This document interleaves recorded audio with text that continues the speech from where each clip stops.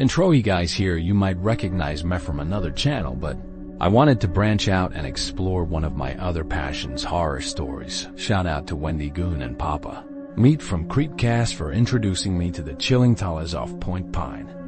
On NoSleep, seriously, Wendy and Papa Meet, please collab the Point Pine series created by user IA Pat BP is absolutely gripping. I hope y'all enjoy this dive into the dark. Let me know what you think, and now let's get into this. Every month, a parade would pass through my hometown, but we were never allowed to look at it. Every month a parade would pass through me hometown, but we were never allowed to look at it. I've lived in Arizona for the past 15 years of my life, but I had every different life before that. I used to live in a small town in the middle of nowhere. I couldn't even tell you what side of the country it's on, or if it even is in the United States. It was a small forest town with dense trees in all directions.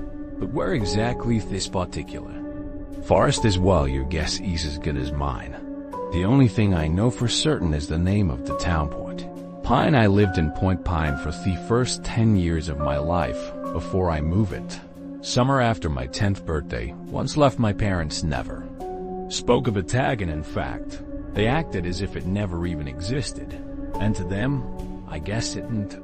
I don't really blame them. A theory caught them pretty quickly and realized that they were trying their hardest to forget the memory of Point Pine. Whenever kids at school asked me where I was from, I simply told them I was from a small town that they had never heard of. I also learned early on that any questions about Point Pine would be met with punishments. A few months after we moved to Arizona, my older sister Felicity had a school project about family history. She did it in our life in Point Pine and wrote about some of the things she remembered there. Our mom found her project the day before she turned it in and burned it in the backyard. When Felicity came home that afternoon, my parents took her up to her bedroom, where I heard Felicity crying out every few minutes in what he assumed was pain. I said nothing, and from that moment on, neither of us mentioned Point Pine again, except for me right now. I've decided to tell all of you about it. Don't know what is causing me to remember all these things that I lock it up in the deepest parts of my brain. Maybe it's the fact that my father died about a week ago. Since he died, my mom has remained silent, hasn't said a word to anyone. She hasn't even cried. In fact, she ended up sending my father's remains off to God knows where my money in on Point Pine. Although I'd be crazy to ask, he started recalling random things about town that at the time seemed like a normal everyday things that we as residents were all used to. Now, as I look back, I realize that they are not as normal as cause I thought back then. One peculiar thing about Point Pine had to do with the Point Pine bakery. Whenever went in there, the owner Emmer Terrenalways knew what you were about to order. Remember the kids having some sort of rumor about Mr. Turin being a magician who could read minds. Also, whenever you paid for your baked goods, you had to tip Mr. Turin with an old item of clothing that you had grown out of. There was agent box up by the register. Thick Verion tossed old baby clothing and shoes into that. Was one of the odd things, although you'll come to realize that it won't even seem that weird in comparison to some of the other things about Point Pine. Every year on your birthday you had to get blood work done. I don't think anyone really knew what the point of this was, or if they were actually looking for something. We just knew that our birthdays would start off with a trip to the Point Pine Laboratory.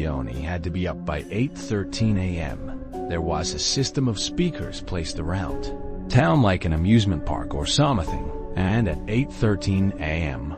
without fail, wailing alarm sound would ricochet throughout the neighborhoods, waking everybody up.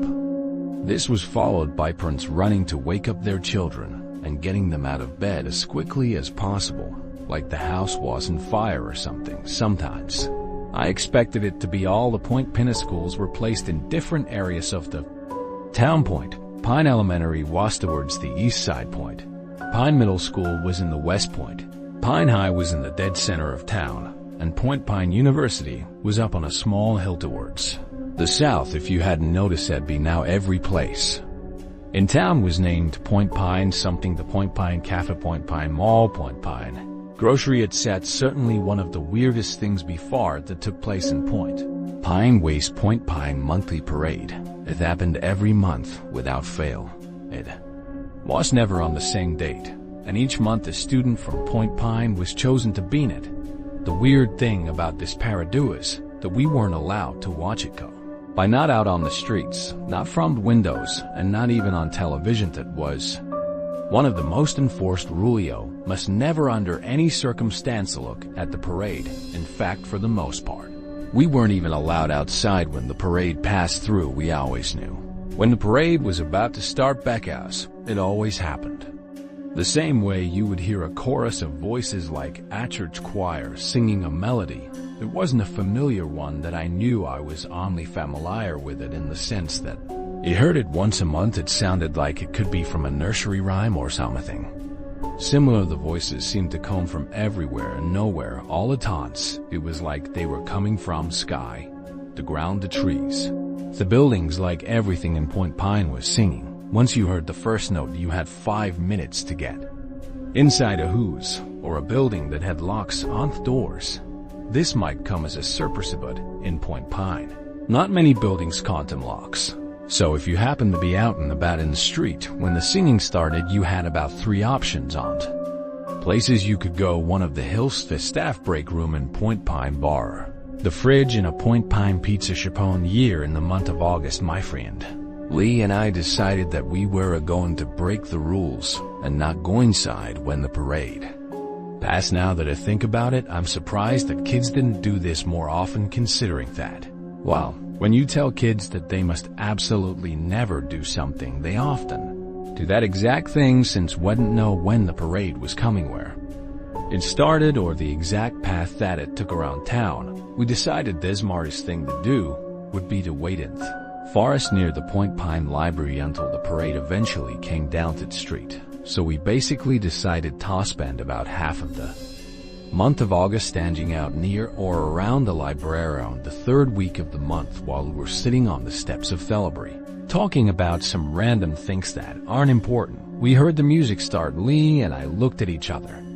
Anthony took off running into the trees while everyone else raced to the nearest school. We went far enough into the forest that someone on the street wouldn't see us, but stayed close enough so that we were still able to see a part of the road. We waited for a while, whispering to each other, then shushing on another, as we waited for the infamous parade to pass. This year, my sister's friend Reed was chosen to work in the parade. She was a few years older than my sister, but they were friends. Becos Reed used to live next door to us. When we were younger, we were crouching in the bushes and leaves when we heard the chorus of the voice getting louder and therefore closer.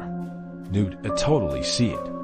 Lee hissed. I straightened my back a little bit in my crouch position to try to see what Lee was seeing. I was always a short kid. Even now, I'm shorter than most guys my age, or any age really, so Lee always pretty much towered over me. I can't see anything, I hissed, shifting my position. They might hear us, Lee hissed. I stopped moving and instead waited for him to get closer, where they were bound to pass right in front of my line of sight. Oh no, crap. Suddenly, Lee drove to the ground, landing in a fetal position with his head cradled in his hands. What? I asked, looking for him into the street. I saw her, I saw the girl, he exclaimed. Reed? I asked, looking over to try to spot her. Lee grabbed me and slammed me down to the ground. Ow, I exclaimed. What was that for?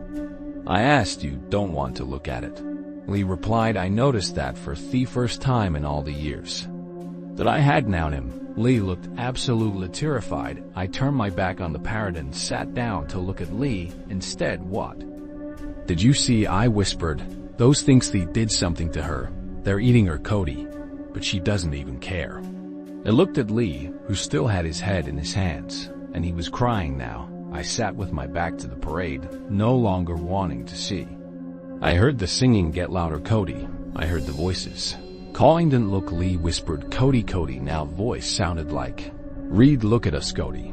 I shut my eyes. The voices went on for a few minutes longer. At one point, Lee started wailing. I kept my eyes shut entire time. After that, it moved along and continued its way through town, and we began to hear people come out off their hiding places.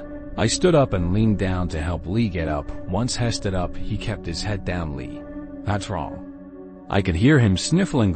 He finally responded as he lifted his head.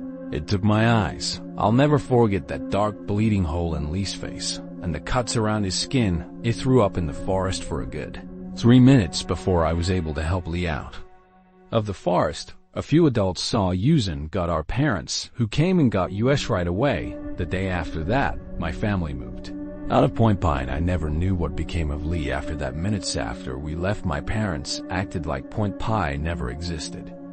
It was never discussed, and I never had the nerve to talk about Lee again as far as I know.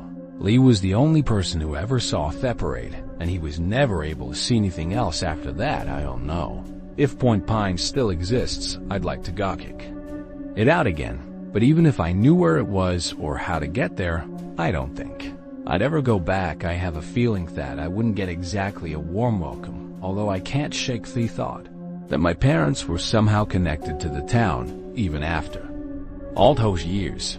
Every 13th of the month, a new apartment appears in my building. Every 13th of the month, a new apartment appears in my building. I inherited Point Pine Oaks from my grandfather after my father wanted nothing to do with it. My aunt's other hand was broke and in need of a place to stay and a job, and well, beggars can't be choosers. So that's the answer to the question that I get asked at a time that I'm out and about on the streets of our town. How on earth did you stuck with that place? Everyone can see what Point Pine Oaks is, which is an apartment building that is 6 stories tall with 12 apartments on each floor. Outside of the building looks pretty normal. It's just a brick building at the end of Breer Road, which is a cul-de-sac that contains no other buildings on the street except for Point Pine Oaks. My grandfather bought the building in late 2013. It had been abandoned for over 3 decades, and the town was eager for someone to buy it. It became his passion project, and he fixed up in January 2014, and the building soon became the biggest apartment building in all of Point Pine. Any resident of Point Pine knows that the Oaks are anything but normal. However, for starters, no one ever decides to move on if people want an apartment. They have to go all the way to the opposite city of town where the apartment complex is.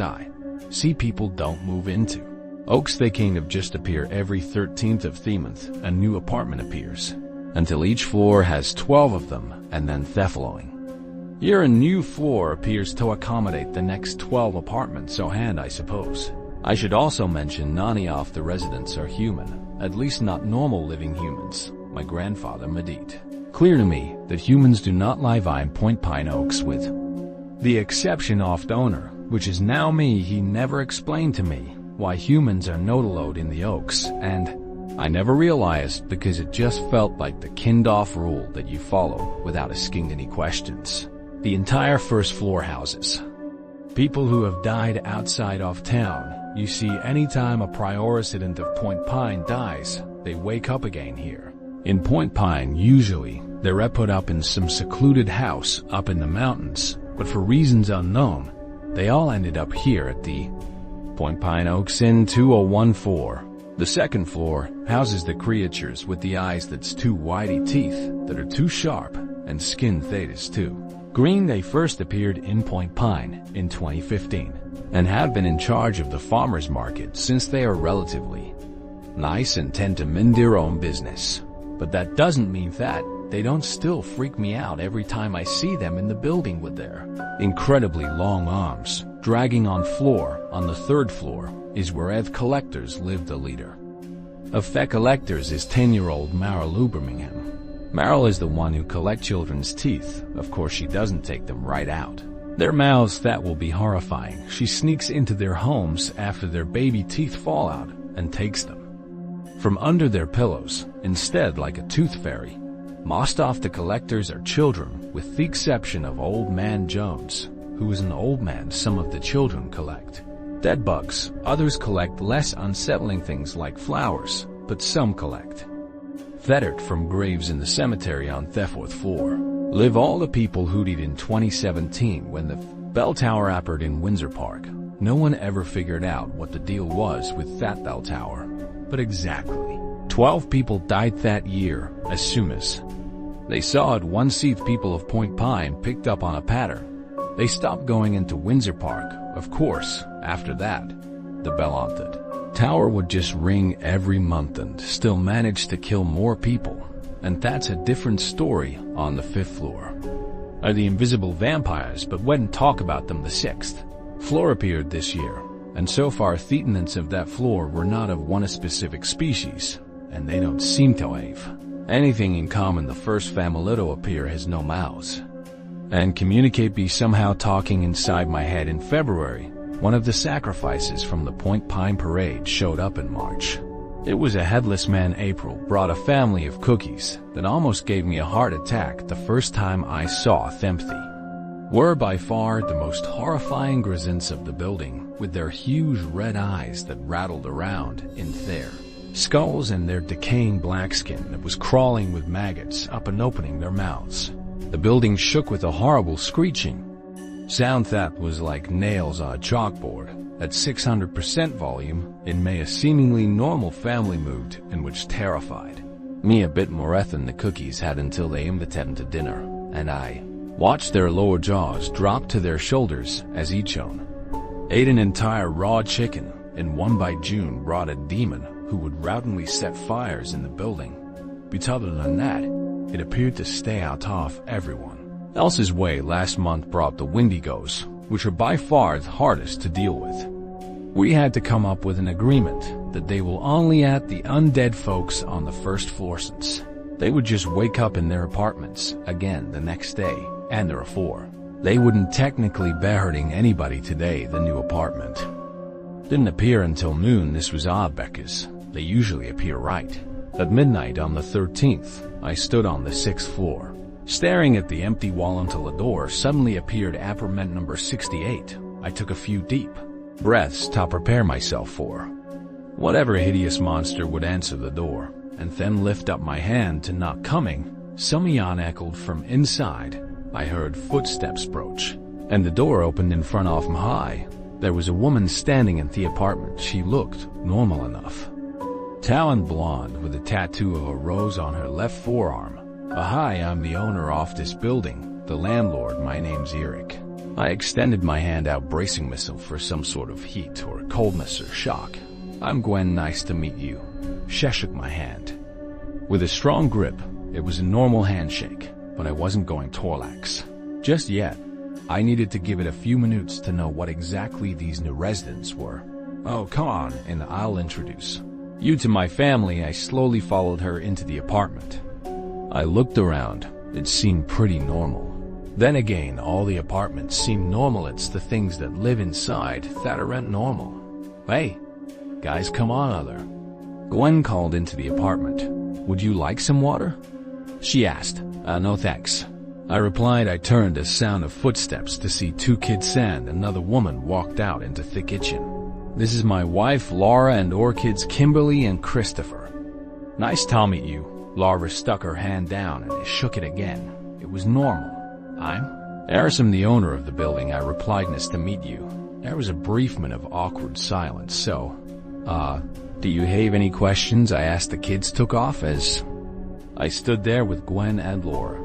Yeah, so what are the rules? Are well to, paint the walls and hang stuff up? Gwen asked. Oh yeah, you can decor this place however you want. I replied. Awesome, she exclaimed. So if you'd mind me asking, what are you? I asked, fidgeting with my hands. Excuse. Laura asked. What are you? I don't mean to be offensive or anything.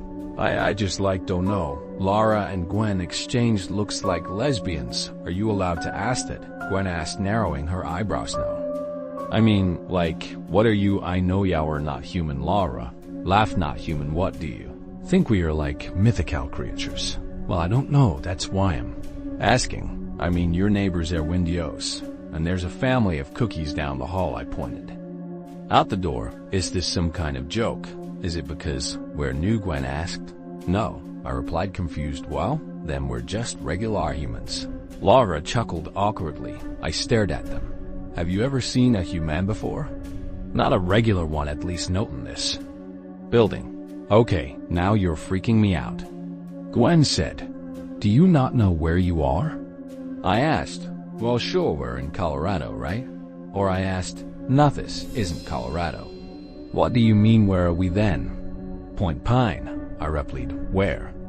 You're in Point Pine, it's a small town in the middle of nowhere. Lara ran to the window in the living room and pulled the curtains back and gasped, what is it? And Gwen asked, turning around their window, had a view off some of the buildings in the downbow, along with the giant sign right outside, welcome to Point Pine population Unkney. I don't understand. Yeah, me neither. How do we get here? Gwen asked. I shrugged. I didn't really know how people get here, they sort of just show up. Okay, then how do we get to Colorado? Lara asked, backing away from the window. You don't, I replied. What do you mean you can't willingly leave Point Pine? Once you're here, everyone who leaves gets banished. Even then, when you die out there, you just wake up here, and you're stuck again, replied Gwen. Sighed, and Lara ran her hands through her black hair. So you know why we're here? Lara asked. I shook my head. But if you really are just humans, then this can't be good. After a few minutes of silence, I left the apartment and decided to go outside to get some fresh air. I stepped onto the elevator and pressed the button to the first floor. I got off and made my way down to the doors, stopping. As I reached out to open it, I looked down at a watch on my wrist. It was still noon, but that was impossible. I had been up in the apartment for at least 20 minutes, but that wasn't the only thing that was wrong. It was pitch black outside. I couldn't even see the sidewalk right outside the door, or a giant tree that was a few feet in front of the building. Pressed my forehead against the glass, squinting to see if I could make out something in the darkness. Suddenly, Samine crashed right into the glass, causing me to jump back at least a few feet in fright. Holy! I gasped. Hey, open the door. I walked closer and realized that I recognized the person who was outside. It was Lee. Everyone knew how he was, since he had lost his eyes to Point Pine Parade years ago. Lee asked to open a door. I had heard that he had gotten his eyes back at the farmer's market, and now that I was seeing him, I could see that it was true. I reached out to open the door, but it was stuck. I tried again, pulling on the door as hard as I could, but it didn't budge. It stuck. I said. Suddenly, Lee went flying backward, and I watched, and the darkness lifted and the sun came out again. I looked down at my watch again, still noon. When I looked back up, I found myself standing in the hallway of the 6th floor again. His apartment number 68 appeared in front of me once again. I reached out and knocked, coming suddenly and echoed from the inside. Footsteps approached, and then the door opened up in front of me. Hi, Gwen. I asked. You are you? She asked. Eric, we just spoke. I said. I'm sorry, you must have been confused for someone else. I didn't, staring into the apartment as Laura and the kids came out. That was at least an hour ago, but the same chain of events keep repeating every few minutes, and the time has not moved past noon. I didn't know how to undo it. I don't even know what it is. I'm pretty sure I know what's causing it, though. Humans holding live in Point Pine Oaks. There's a new guy in town, and we don't like him. There's a new guy in town, and we don't like him. We don't really know when he got here. He was just here this morning. I guess he could have gotten here sometime last night or even earlier today. But of course we wouldn't know since we don't wake up until 8:13. May I guess if he got here before then, you will have snuck in unnoticed. We don't like him. I can't speak for everybody. Bitavarian, who I have spoken to, would agree. We aren't too fond of strangers peeping in out of the blue. It makes you as nervous. How did he find us? We don't know. He's here, although I've heard Dad has been claiming that he's from here still. He's been out there in the outside world for way too long. He's new to you, Steven. If we aren't new to him, I heard Simeon say that his name was Cody. I didn't know anyone named Cody, and I've lived here for over 10 years. I first saw him while I was on my morning run. I was walking up Breer Road, the road that leads to the Point Pine Oaks, and I stopped for a second watching him that show.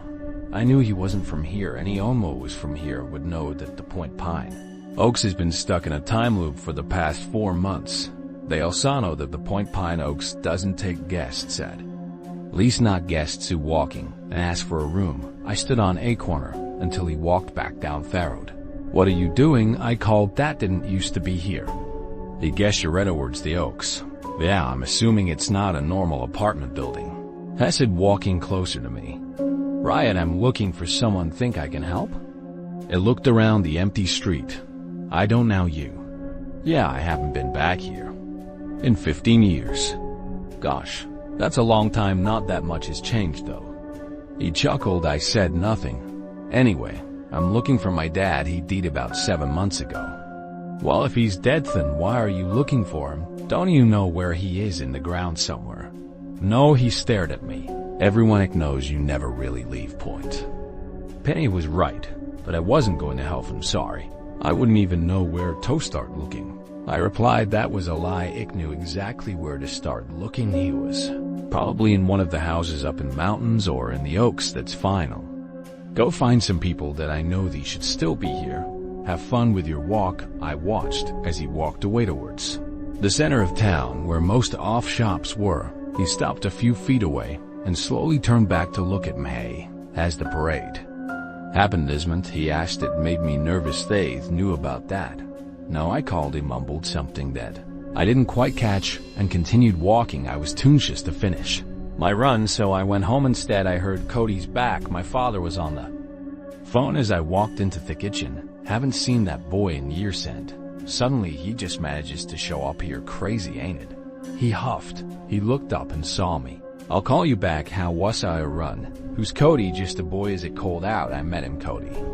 I met him on Marin." He sighed. "He's looking for his father, right? Is he that Cody?" I asked. I could tell he didn't want to talk about it. "I'm going to the farmer's market," I said instead. There were a lot of people around today, more than usual at least. I walked around a few stands, trying my best to avoid the creature's green skin and the wide eyes and the sharp teeth, which was hard since they were in charge of the farmer's market. I was at a produce stand when I saw Kai again. Everyone got quiet and started whispering among themselves. I hid behind a wooden pole where he saw me. I didn't want to be seen speaking to him.